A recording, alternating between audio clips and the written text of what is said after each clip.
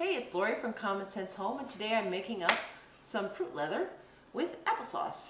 And homemade fruit leather is super easy to make. I've got a few different variations, recipes on the site, even a pumpkin fruit leather, and some other suggestions for fruit combinations. But the basic fruit leather that I make more often than not is simply applesauce based. And we were lucky enough to have some friends gift us some ruby red Macintosh, which gave us this beautiful red color sauce, which is just crazy. And there is no added color or flavor or anything in this sauce, and yet it is still bright red. And to make your fruit leather, all you need to do is start with your dehydrator, and then you want to load up your dehydrator sheets with a thin, relatively even coat, as even as you can manage, because if you've got any thick spots, those are likely to get tacky, and thin spots will dry and get brittle. So you're aiming for a smooth, even layer. And on my Excalibur, they do make custom fruit roll-up sheeting, but I bought these aftermarket sheets that are just a flat, flexible, reusable parchment, as they call it, and those work just fine, and they were a little less expensive, notably so. You can also use a Nesco dehydrator like this one. This is my Snack Master with the fruit roll-up sheets, and I grabbed that if I'm doing smaller batches, but we had a lot of apples. And all you do is these sheets hold about a pint of sauce as fruit leather. So I'm going to get that on there and then spread it around with a spatula.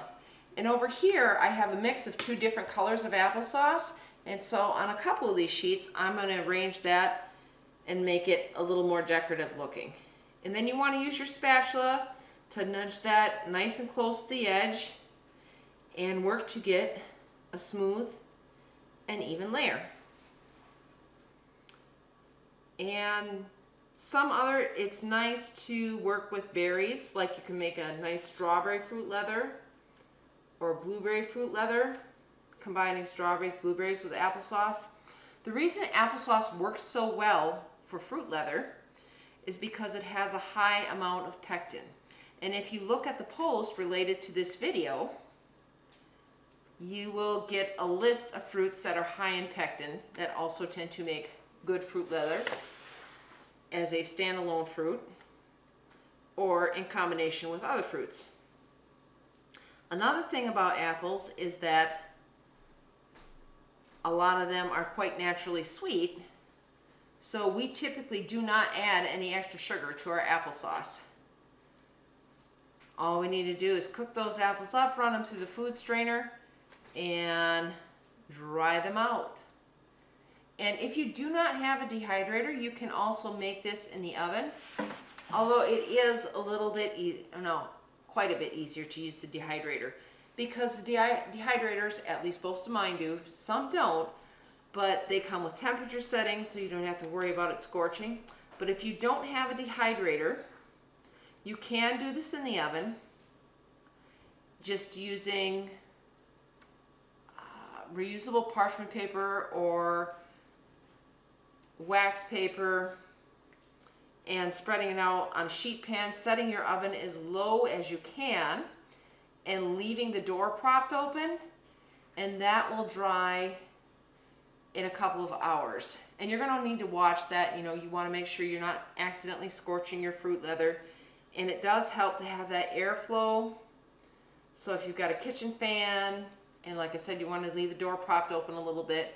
But if you have kids in the house, make sure to keep them away from that hot oven. And with the dehydrators, I got a little bit on my finger, all you need to do, what I typically do, is simply load up the trays, get that in there, and then I'll load them up in the evening and then just let them run overnight. In the morning they're done. And it typically takes about 6 to 8 hours. Of course, it depends on the moisture level in your sauce and the moisture level in the atmosphere too inside the house. Okay, next up I am going to try and make a little bit fancier sauce with this double color applesauce. Now if I had been planning ahead, I would have kept them in separate containers to make it easier to put them on the fruit roll-up tray without having them all mixed, but I didn't think about how cool it looked until I saw them in the container together. So I'm going to start getting that on there. Remember, you want to try to get it in an even layer, spread out to the edges, and try to avoid those thick spots, because those will stay tacky well after the rest of it is dry. And when you're drying your fruit leather, you want to aim for a leathery texture. The natural pectin in the apples will help to make it leathery instead of brittle. If you get all the way to brittle, then you dried it a little bit too long. It's still perfectly edible, it's just not getting that fruit leather texture that you're looking for. And so just spread that evenly. You can see we've got a little bit of color swirl in here, so it looks all fancy-ish.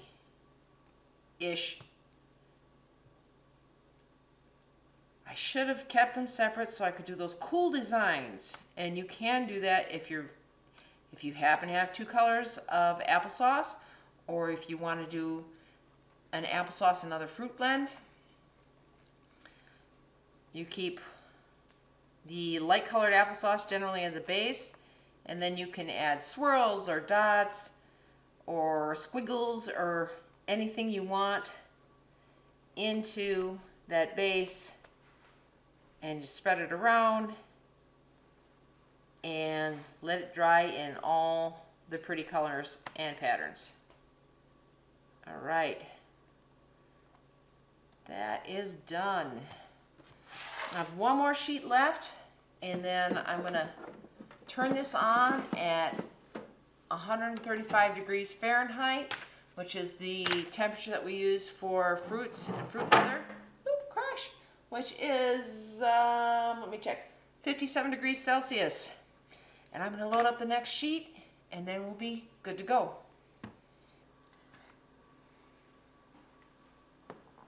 I'm going to load up this last sheet, and then we will be there.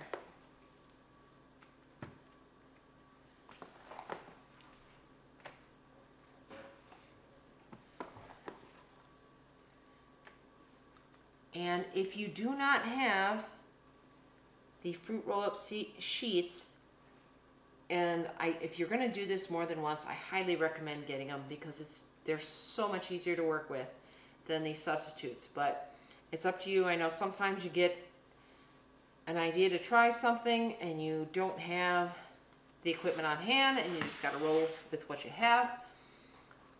And if that is the case, wax paper, freezer paper will work. Probably freezer paper would hold up a little bit better because it's a little bit thicker.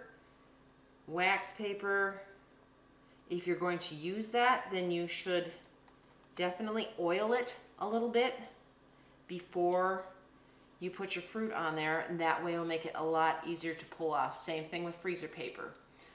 These fruit roll-up trays, the reusable parchment paper liners are pretty easy to clean, and the fruit roll-up tends to come off very easily.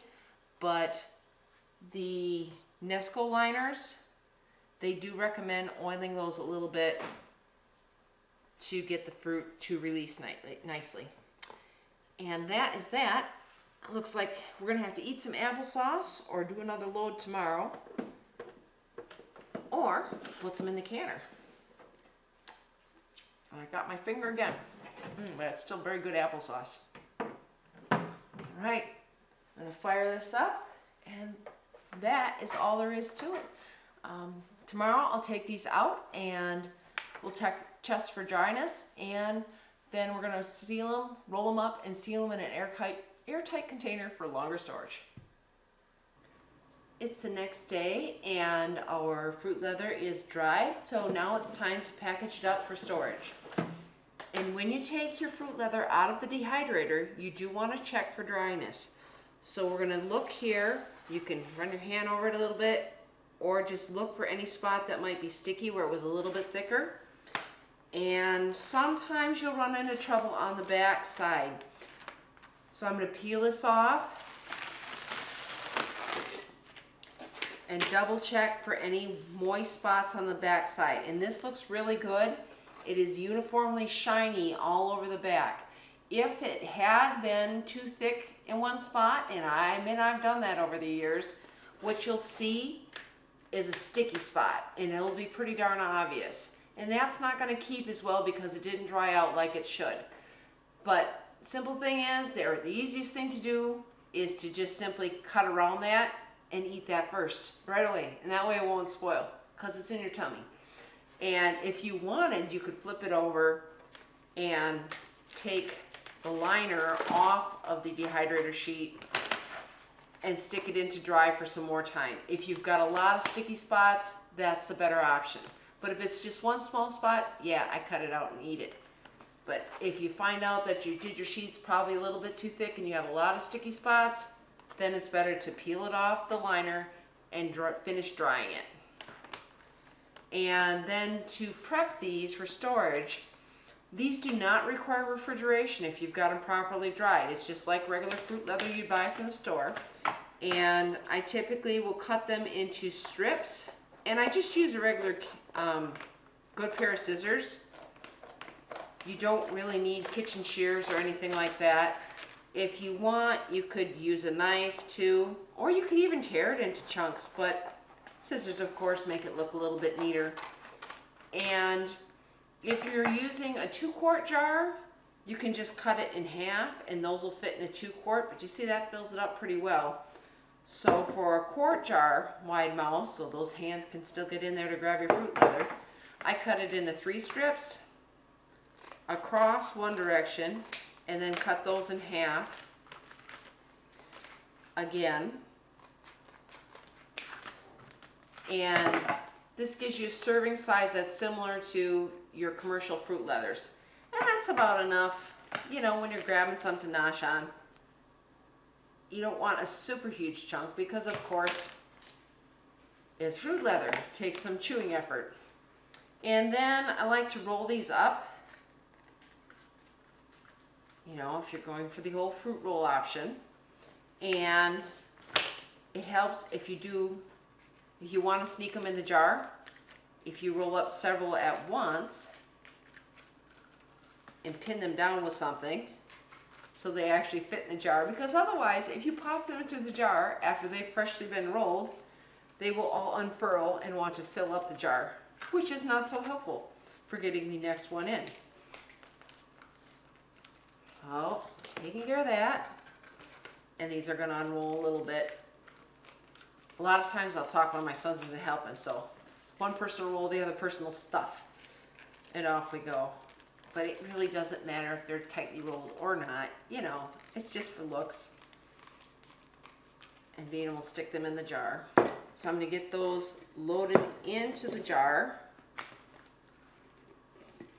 and you can store them in a mason jar, and you can do these if you prefer. I'm going to tuck that one in there.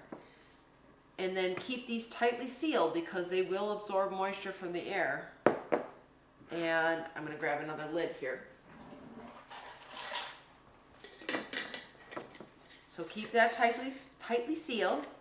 And if you want, you can also use a Ziploc bag, you know, plastic bag with a zipper top.